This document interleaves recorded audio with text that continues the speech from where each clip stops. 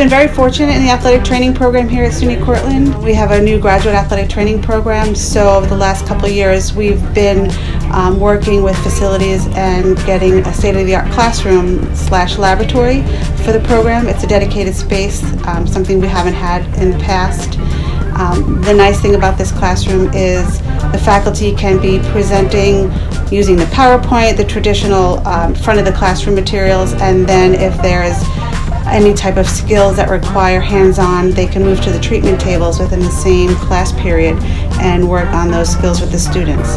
A nice thing that we also have is the video capability of videotaping hands-on skills and hands-on practicals, which provides immediate feedback to the students. In addition to that, we've been working in getting part of this classroom have a dedicated space to the students, so almost like a wellness corner, so that they can come in between classes. The classroom is open all day.